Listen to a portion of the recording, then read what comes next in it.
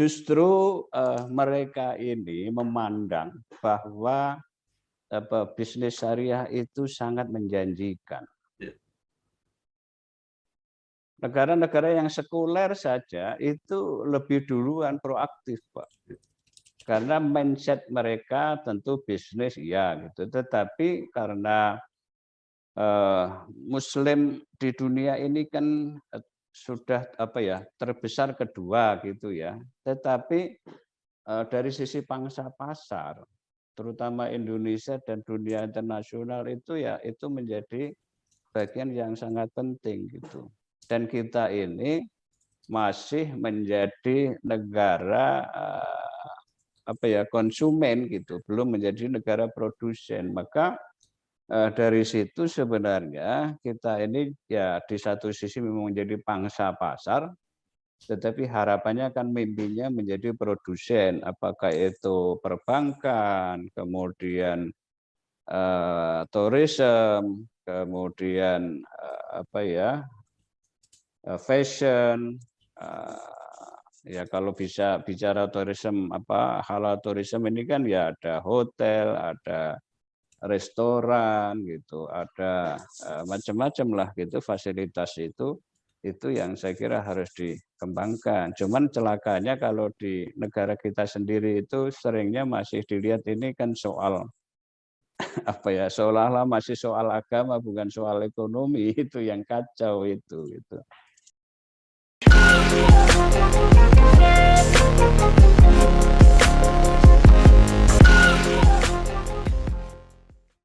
Karena mungkin bisa begini, bisa dapat hadiah itu. Transaksinya begini, hadiahnya begitu. Transaksinya begini, hadiahnya begitu.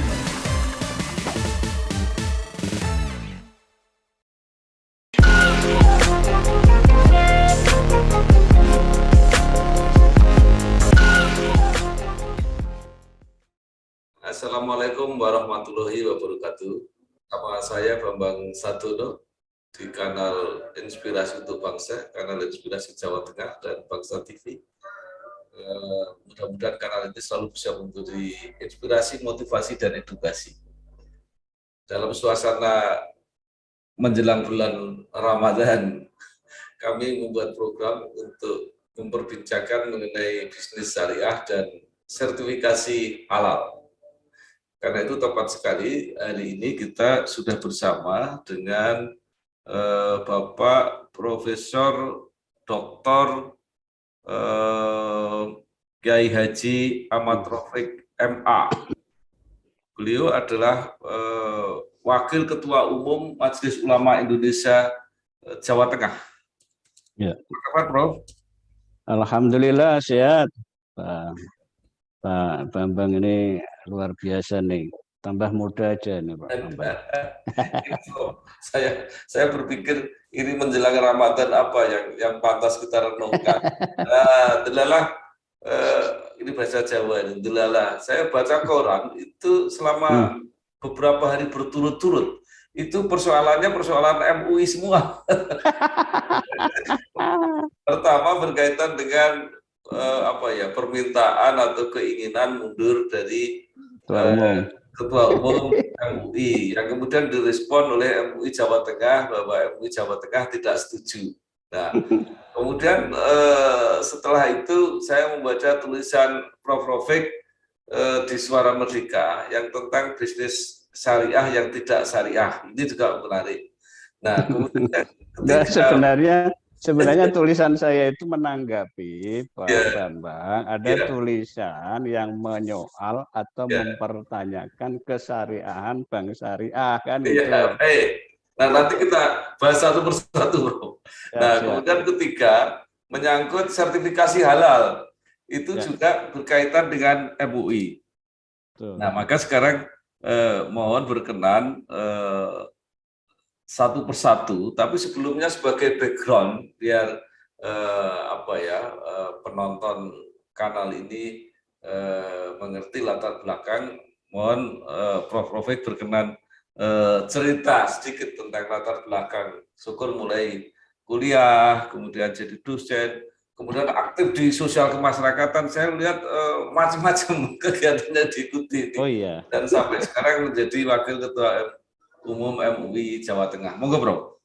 Baik, terima kasih Pak Bambang. Saya Ahmad Rafiq ini juga banyak belajar dengan beliau karena beliau ini kan juga tokoh dari Jawa Tengah, tapi kayaknya merasa nggak cukup ya, lalu hijrah ke Jakarta gitu ya. Kalau saya cukup yang di Jawa Tengah saja nih Pak Bambang. Sehari-hari hobi saya dulu di Fakultas Syariah, sekarang ini aturan yang baru ditempatkan di S3 di Pasca Sarjana UIN Wali Songo Semarang. Saya memang pernah menjadi Kaprodi Hukum Perdata Islam dulu tahun 94 sampai 98, lalu 98 selesai doktor dari UIN Jakarta, dulu masih IAIN. Kemudian jadi dekan dari 98 sampai 2002. Nah, kemudian setelah itu saya banyak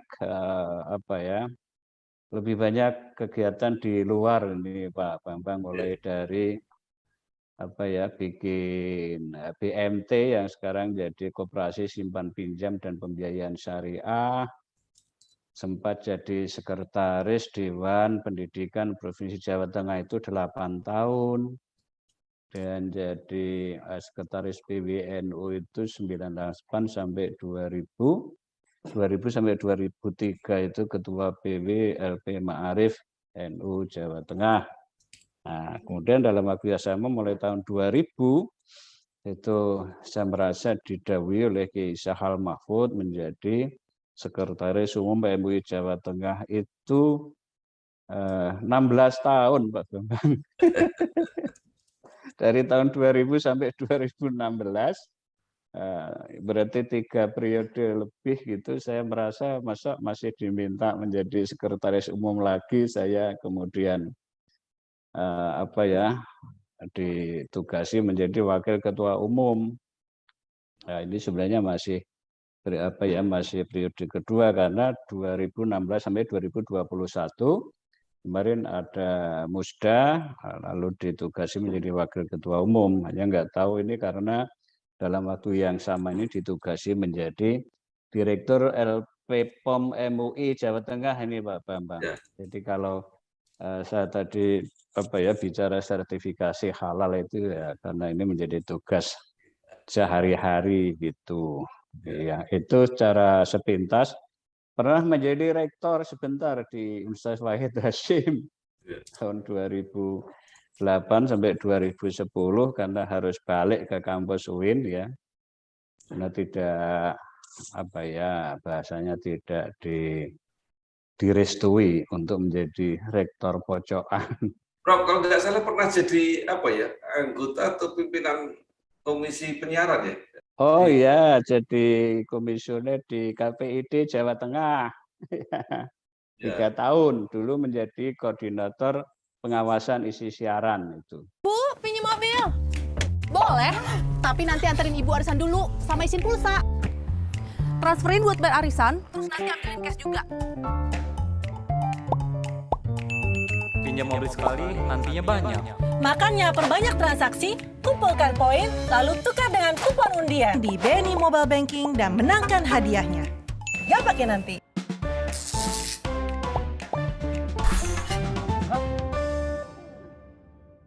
Baik, luar biasa Prof. Sekarang kita mulai dengan masalah-masalah yang aktual. Sebenarnya apa yang sedang terjadi di MUI ini sehingga Ketua Umum ingin mengundurkan diri tetapi Jawa Tengah tidak setuju? Ya, karena sebelumnya sudah ada presiden yang baik menurut saya itu. Kalau bahasanya Kiai Miftahul Ayar itu kan ketika awal-awal dulu, beliau ini kan posisinya Rois Am dulu. Ya, menggantikan Kiai Ma'ruf Amin. Nah, kemudian ketika ada Munas, beliau diminta juga. Awalnya beliau menolak, tetapi karena sampai 2 hari merenung, kalau saya nggak mau, berarti saya bikin bid'ah. Karena yang 2 periode yang lalu itu Kiai Sahal itu Rois Am merangkap Ketua Umum MUI. demikian juga Kiai Ma'ruf Amin. Ya, sehingga akhirnya beliau mau gitu. Dan keberadaan beliau ini apa ya agak berdekatan dengan model Kiai Sahal Mahfud.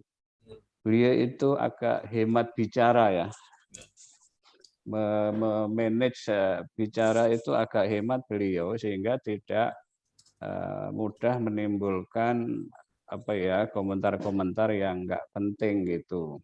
Ya, itu maka ketika kemudian di Muktamar NU itu di Ahwa Alul Khalil wal Aqdi itu meminta ya kesediaan tapi dengan syarat tidak boleh merangkap jabatan apapun gitu.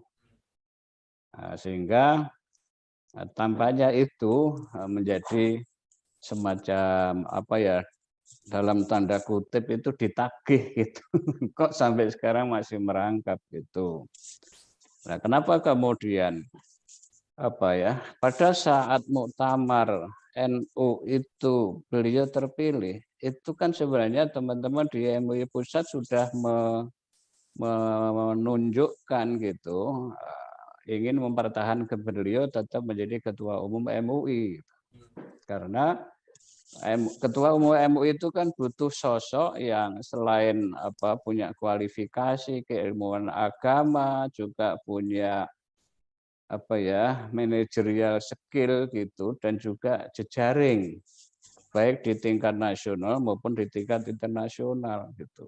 Karena kalau bahasa di MUI ini kan menjadi khadimul ummah wa himayatul ummah wa riayatul ummah, tapi juga sekaligus sebagai shodiqul hukumah gitu. Kalau saya menerjemahkan kata shodiqul hukumah itu semacam mitra kritis terhadap pemerintah gitu Pak Bambang gitu.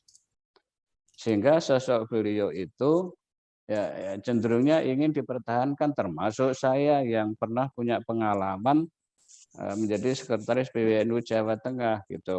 Untuk ukuran Rois Am itu saya kira bisa lah gitu ya, supaya MUI yang memang juga tidak terlepas dari angin dan badai gitu ya, karena beberapa waktu lalu ada anggota yang dicokok oleh Densus 88, yang terbaru juga MUI Kota Bengkulu ya, karena memang Indonesia itu besar gitu, tetapi kemudian sikap organisasi MUI kan sangat jelas gitu. Kalau ada yang begini-begini ya diproses secara hukum gitu, dan secara organisasi kemudian dikeluarkan dari MUI. Maksud saya juga sempat menulis terlepas dari rapat yang ada di MUI Jawa Tengah gitu. Kalau di pusat kesekjenan udah menolak, tapi kan rapat pimpinannya belum gitu.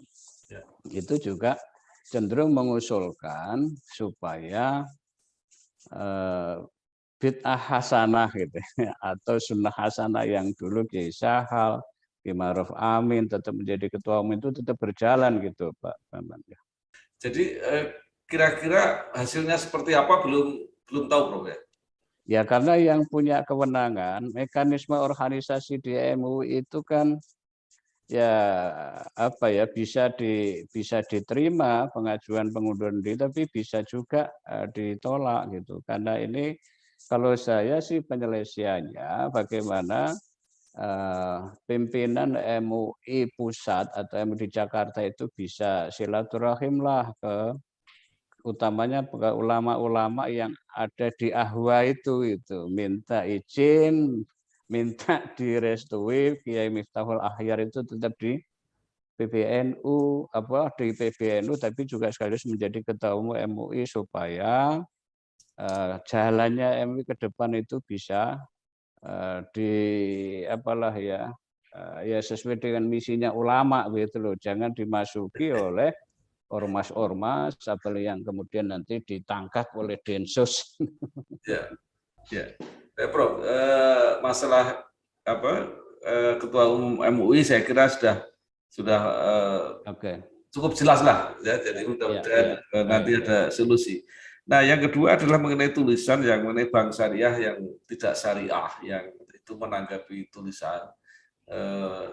Tapi di balik itu kan ada kesan bahwa banyak yang tidak paham gitu. Artinya mengenai bank syariah, mengenai bisnis syariah, mungkin bisa lebih dijelaskan, Pak. Begini, Pak, kebetulan saya ini pernah diamanati menjadi ketua DPS. Ya, saya sebut saja lah di Bank Jateng yang Bank Wong Jawa Tengah gitu. Yang punya unit usaha syariah. Itu cukup lama, sekitar 12 tahun ya, dari 2008 sampai 2020 akhir itu, karena sudah 3 periode gitu. Untuk menjadi Dewan Pengawas Syariah itu satu, pasti dia punya kompetensi yang ditunjukkan melalui sertifikat kompetensi yang itu pada awalnya diadakan oleh DSN MUI Pusat. Kemudian DSN MUI Pusat itu juga menginduk atau bekerjasama dengan LSP, Lembaga Sertifikasi Profesi gitu. Dan itu sertifikat kompetensi usianya 3 tahun, dan kalau habis ya mesti diperpanjang gitu. Itu menjadi persyaratan. Nah, kenapa saya cerita itu?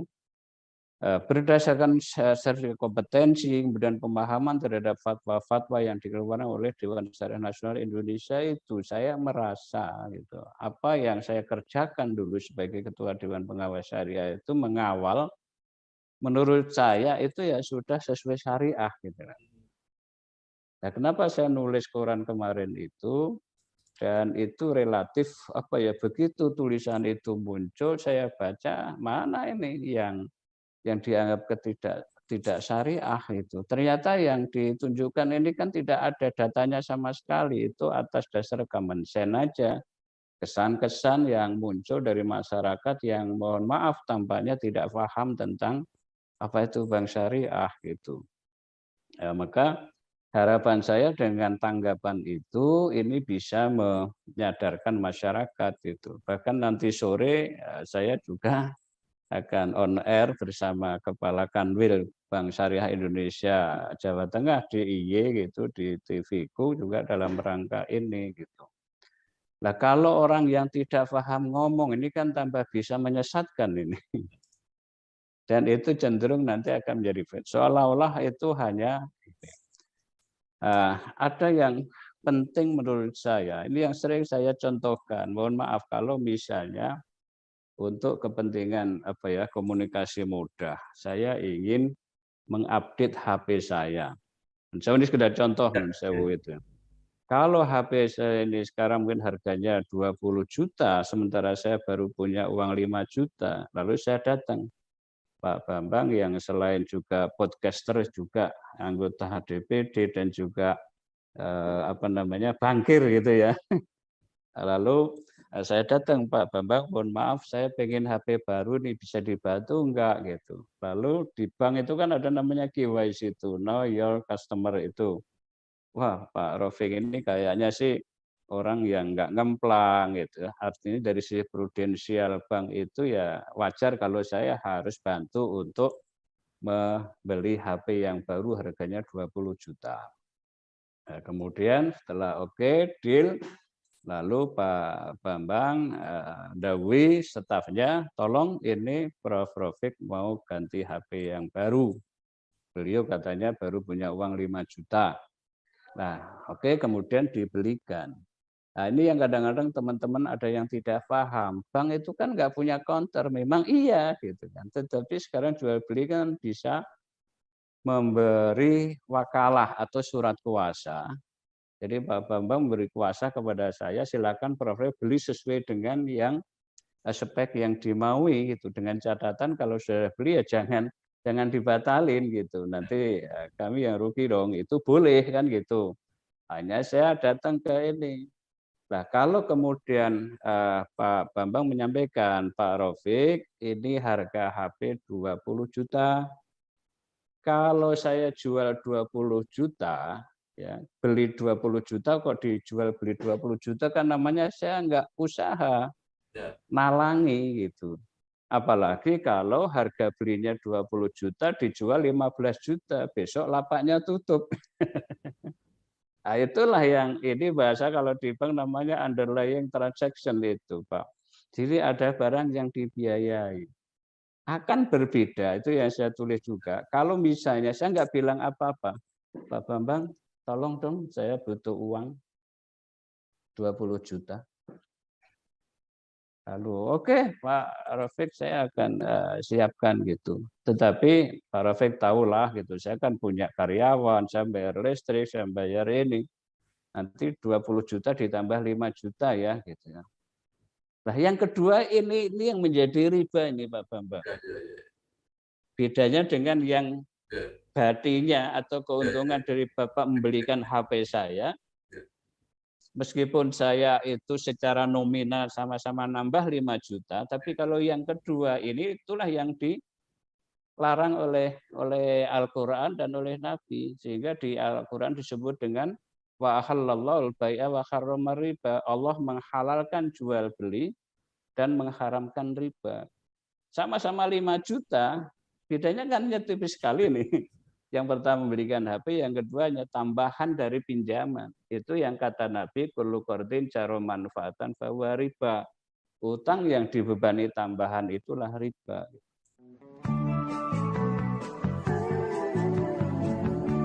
Soal KPR dan punya rumah, dari dulu cuma ada satu nama, satu bank yang megang banget. Sekarang, A sampai Z-nya serba digital buat kita. Cukup satu website untuk mulai cari hunian yang oke.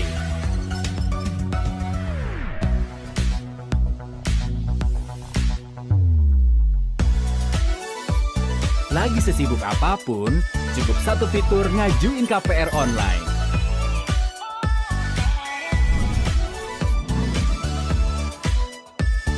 Sampai satu aplikasi biar gampang bayar biaya rutin. Kini, semua ada di jarimu. Satu nama dengan pengalaman 45 tahun memimpin segmen KPR. KPR, pasti BTN. Jadi, Prof, kalau begitu prinsipnya itu adalah teknis ya, atau prosedur bagaimana bisnis itu dilaksanakan gitu ya. Kalau saya bukan hanya prosedur, Pak, filosofinya memang berbeda gitu. Nah, kalau misalnya ini soal jasa, kalau ini kan tadi barang yang jelas pada wujud kasat matanya itu. Kalau jasa itu kan bisa juga misalnya. Jadi kalau misalnya saya punya biro umroh, kemudian Pak Bambang dengan teman-teman ini kelas VVIP, saya mau berangkat umroh lah sama bironya Pak Rafiq gitu. Ya tentu umroh itu jasanya kan banyak, misalnya tiket dengan segala perlengkapannya, visa, hotel, kemudian konsumsi selama di sana itu bisa dipaket itu masih termasuk tadi underlying transaction itu gitu. Jadi itu bisa juga dibiayai oleh bank gitu kalau mau gitu. Jadi ya itu gambarannya supaya bukan hanya sekedar teknis menurut saya, karena substansinya berbeda gitu. Itu yang diajarkan oleh Nabi. Kalau kamu pinjam uang jangan membebani apapun. Tapi Nabi juga pernah memberi contoh. Ketika Nabi butuh pinjam seekor onta kepada warga di Madinah. Ketika kemudian onta itu diminta balik, ternyata onta yang sebesar ketika dulu dipinjam itu tidak ada, yang ada lebih besar. Sampai kemudian si orang ini yang nagih itu, ya Rasul, ini adanya onta lebih besar. Tidak sebesar yang dulu ketika Rasul pinjam. Udah nggak apa-apa, dibawa saja. Nah, bahasa dibawa saja ini kan tidak ada perjanjian di awal. Karena tidak ada perjanjian di awal itu, lalu ini boleh gitu loh. Jadi orang yang merasa sudah dibantu, kemudian berterima kasih, dia bisa kasih. tambahan, Pak, ini wujud terima kasih saya. Bapak dulu tidak menjanjikan apa-apa, saya juga tidak menjanjikan apa-apa. Alhamdulillah ini ada rezeki, saya sudah dibantu, urusan saya bisa terselesaikan, maka saya terima kasih ini saya tambah. Nah, itu beda lagi itu. Baik, Bro. Ini yang menarik ya, apapun tadi mungkin ya pemahaman yang mungkin belum maksimal, belum sempurna. Tapi kenyataannya kan bisnis syariah, terutama bank syariah ini kan mendapat respon yang luar biasa. Artinya masyarakat juga menyambut, pemerintah menyambut, kalangan perbankan menyambut, sehingga sampai ada Bank Syariah Indonesia yang merupakan merek dari syariah bank pemerintah. Nah, ini seperti apa sekarang sebenarnya petanya ini bisnis syariah, terutama perbankan syariah? Iya, pertumbuhan sih alhamdulillah gitu. Tetapi kalau dihitung dari market share-nya, Pak, ini masih kecil, Pak. Jadi market share bank syariah itu kayaknya belum sampai di angka 10% itu. Karena ini juga ada persoalan yang terkait dengan literasi. Karena maaf saja memang merubah culture ya berbank itu juga tidak mudah. Sama halnya apa ya, kalau dalam masyarakat sudah terbiasa misalnya yang namanya pompa air itu ya itu disebut gitu, padahal itu nama produk. Saya nggak nyebut produk ini, nanti saya disemprit oleh Pak Bambang. Yang namanya sepeda motor itu ya itu kan gitu ya. Yang namanya pasta gigi ya itu meskipun namanya macam-macam.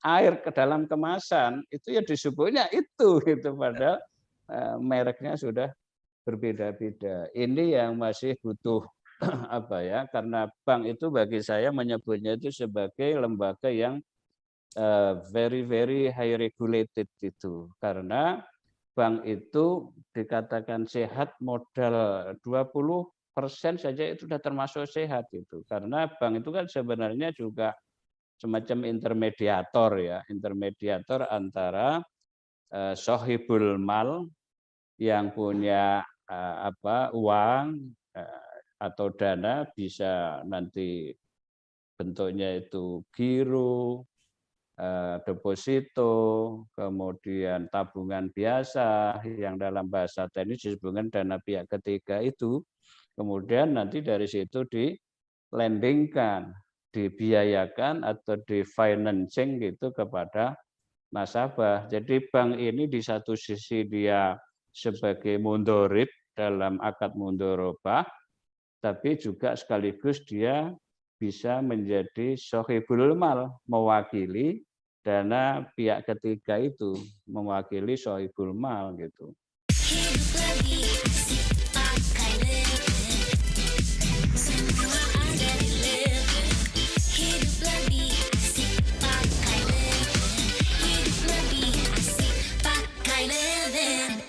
Prof, katanya di dunia internasional itu praktek apa yang kita sebut sebagai bisnis syariah ya, termasuk perbankan syariah, itu sebenarnya sudah terjadi, cuma tidak memakai nama syariah saja. Jadi sebenarnya ini bukan hanya untuk kalangan Muslim sebenarnya. Gimana, Bro? Enggak, saya kira saya sedikit koreksi kalau boleh nih kalimatnya Pak. Kalimatnya Pak Bambang itu. Justru mereka ini memandang bahwa bisnis syariah itu sangat menjanjikan. Negara-negara yang sekuler saja itu lebih duluan proaktif, Pak. Karena mindset mereka tentu bisnis ya gitu, tetapi karena Muslim di dunia ini kan sudah terbesar kedua gitu ya. Tetapi dari sisi pangsa pasar, terutama Indonesia dan dunia internasional itu ya itu menjadi bagian yang sangat penting gitu. Dan kita ini masih menjadi negara konsumen gitu, belum menjadi negara produsen. Maka dari situ sebenarnya kita ini ya di satu sisi memang menjadi pangsa pasar, tetapi harapannya kan mimpinya menjadi produsen, apakah itu perbankan, kemudian tourism, kemudian fashion, ya kalau bisa bicara tourism halal tourism ini kan ya ada hotel, ada restoran gitu, ada macam-macam lah gitu fasilitas itu yang saya kira harus dikembangkan. Cuman celakanya kalau di negara kita sendiri itu seringnya masih dilihat ini kan soal seolah-olah masih soal agama bukan soal ekonomi, itu yang kacau itu gitu. Sehingga ini yang masih perlu terus ini ya tentu pemerintah itu sebenarnya juga harus memposisikan ini, karena menurut saya kalau nanti masuk misalnya soal produk ya makanan minuman yang halal itu kalau sekarang ini memang sedang digencarkan tapi juga masih belum sebanding dengan kebutuhan ini, itu harusnya ada kalau dulu mungkin Pak Bambang ketika di DPR masih ingat rancangan undang-undang jaminan produk halal yang lahir menjadi undang-undang nomor 33 tahun 2014 itu. Dulu tampaknya kan orang yang di Senayan itu ngitung ini ya, per UKM itu kalau sertifikasi halal itu dia bayar berapa gitu ya. Nah, ternyata kan kemudian sekarang menjadi berbalik. Menjadi berbalik karena justru ada surat keputusan yang dikeluarkan oleh BPJPH, klasifikasi mikro dan kecil itu menjadi agak aneh menurut saya gitu. Jadi usaha yang punya modal di luar bangunan dan sarana prasarana sampai 1 M itu masih kategori mikro. Sampai angka 5M itu masih disebut dengan kecil gitu. Dan ini pemerintah menyebutnya sertifikasi halalnya gratis. Kan kacau itu. Udah punya modal 5M di luar pabrik dan sarana prasarana kok dibilang kecil, ini kan agak aneh itu menurut saya gitu. Sehingga yang terjadi justru sekarang sebaliknya. Sehingga saya itu beberapa waktu lalu punya pikiran begini, harusnya Dinas Koperasi UKM Provinsi Jawa Tengah itu bisa mengundang Kementerian Koperasi dan UKM, ya Pak Teten lah ya menterinya kan, ini kan temannya Pak Bambang. Sebenarnya yang jadi leading sektor fasilitasi sertifikasi halal itu Kementerian Koperasi UKM atau BPJPH atau Kementerian Perindustrian Perdagangan atau siapa itu kan masih belum jelas ini. Ini yang bisa ngoyak ini Pak Bambang. Belum sampai terlaksana gitu. Karena dari BPJPH itu tahun ini saja yang semula itu 3.200 itu tiba-tiba di-cut menjadi hanya 2.000 Pak.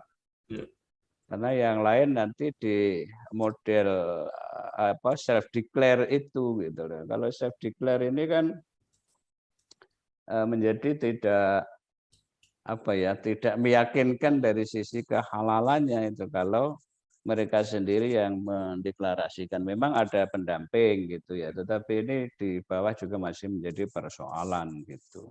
Prof, mumpung sudah bicara tentang ini, sertifikasi produk label halal ini di masyarakat yang dengan pernyataan-pernyataan dari Kementerian Agama itu salah satu bunyinya kan label halal dari MUI tidak berlaku lagi. Nah itu gimana menjelaskannya? Ini mereka kan sebenarnya punya staf yang paham ilmu hukum ya. Apalagi Pak Bambang ini kan doktornya ilmu hukum ini bukan. Jadi ada PP, memang PP ini dulu cantolanya kayaknya di Undang-Undang Nomor 11 tahun 2020 ya, Undang-Undang Cipta Kerja yang oleh MK itu dianulir bersyarat lah gitu. Nah, di situ ada bunyi bahwa label halal itu masih bisa berlaku sampai Februari 2026. PP itu, kalau PP itu kan tentu lebih tinggi kan. Gitu.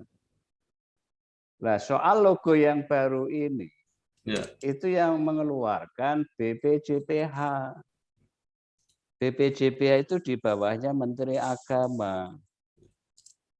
Nah, kalau misalnya mintanya mau maksa ini harus segera berlaku itu ya PP, karena di dalam aturan legislasi yang ada di bawah itu tidak boleh bertentangan dengan PP gitu, Pak.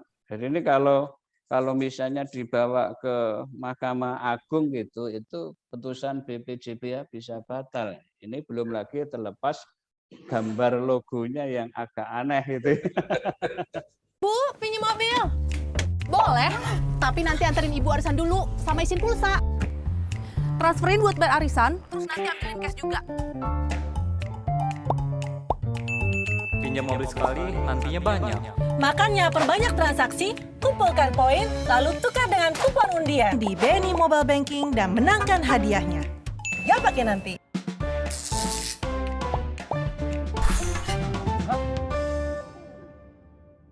Jadi kesimpulan sementara bahwa wacana mengenai sistem baru soal logo atau kewenangan itu masih belum final ya.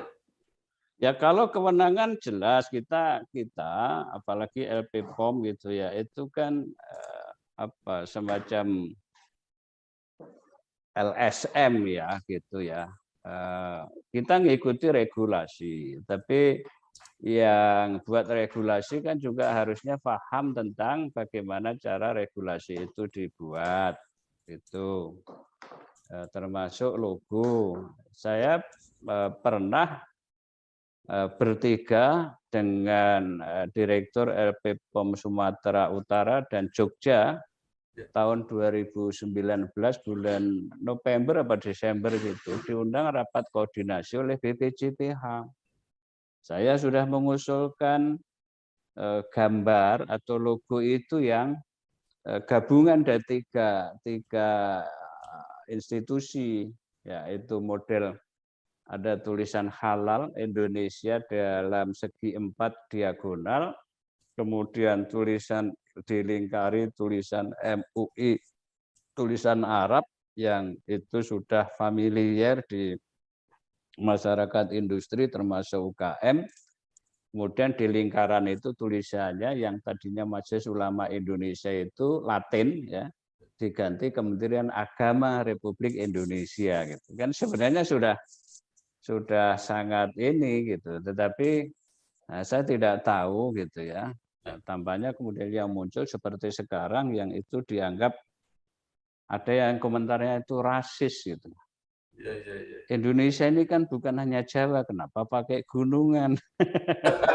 Belum lagi model hotnya gitu ya.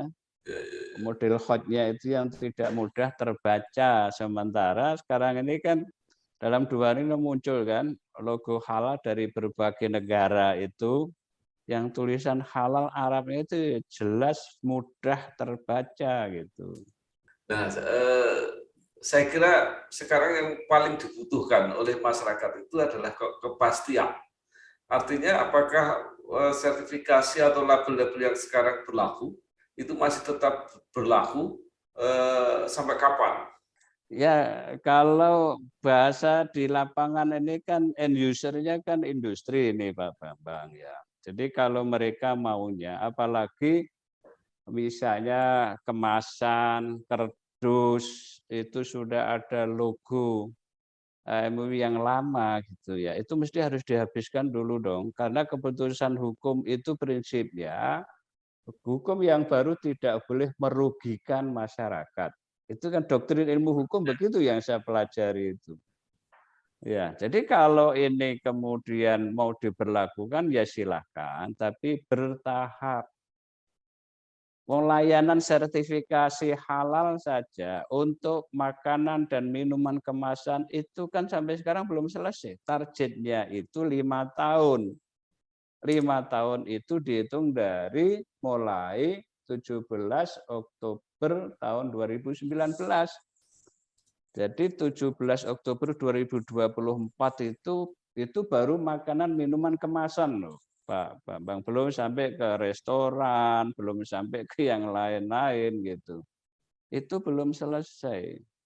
Memang sekarang ini melalui Kementerian Agama, melalui Direktorat Jenderal Pendidikan Islam ini mau menggenjot ada 56 LPH di kampus itu.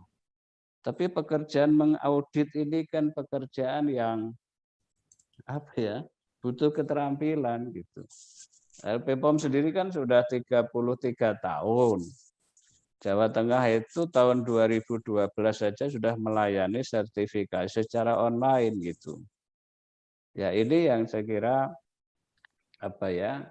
BPJPH ini kan nerima pendaftaran, nanti proses audit itu ya tetap diberikan kepada LP POM sebagiannya, lalu ada Sukovindo, ada Surveyor Indonesia itu ya. Ya kalau Sukovindo ini kan BUMN, Surveyor ini kan BUMN yang biasanya bermain uang gede gitu. Nah, kalau mereka melakukan audit, kemudian satu produk itu dikasih Rp650.000, kemudian nanti biaya sertifikat fatwa halal 100.000 per UKM gitu ya. Apa kira-kira teman-teman di Sukovindo itu siap apa? Kalau kami ini kan biasa melayani masyarakat, jadi uang kecil itu ya, karena itu bukan fokus utama gitu, karena kita melayani dalam rangka membangun halal culture gitu, sehingga tagline kami ini kan halal is my lifestyle, kita kerennya kan begitu gitu. Dan sekarang ini kemudian banyak industri bukan hanya barang yang untuk dikonsumsi, barang gunaan saja juga dimintakan sertifikat halal, sehingga ada yang jual kulkas itu ada label halalnya itu. Baik, terima kasih sekali Profesor Dr. Kiai Haji Ahmad Rafiq MA, Wakil Ketua Umum Majelis Ulama Indonesia MUI Jawa Tengah. Mudah-mudahan berbagai penjelasan mengenai bisnis syariah dan produk halal ini memang belum maksimal, belum tuntas, tapi akan menjadi bahan untuk kita kembangkan lebih lanjut sehingga. Ya, saya kira ada satu kalau saya boleh nambahkan tadi Pak Bambang kan temannya banyak di Jakarta nih. Ya. Mungkin lewat podcast atau lewat Zoom. Kalau misalnya nanti kapan waktu Pak Bambang bisa hadirkan Pak Teten gitu kan. Beliau ini kan biasanya LSM nih. Ya. Kalau biasanya LSM biasanya kan nggak begitu birokratis gitu ya. Atau juga sekaligus nanti sama Pak Menteri ini pariwisata dan ekonomi kreatif gitu diajak ngobrol bareng gitu biar bisa saling saut menyaut begitu kan, siapa tahu nanti ada inspirasi untuk bangsa betul-betul dieksekusi oleh kedua menteri itu. Saya kan bagian provokatornya saja. Gitu. Sekali lagi terima kasih, Prof. Sama-sama, ya sehat selalu Pak Bambang. Terima kasih. Ya, Assalamualaikum warahmatullahi wabarakatuh. Okay.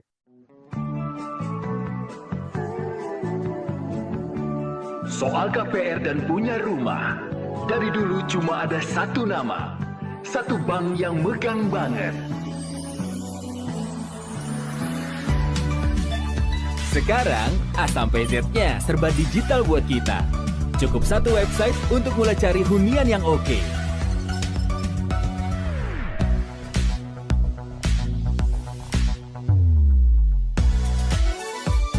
Lagi sesibuk apapun, cukup satu fitur ngajuin KPR online.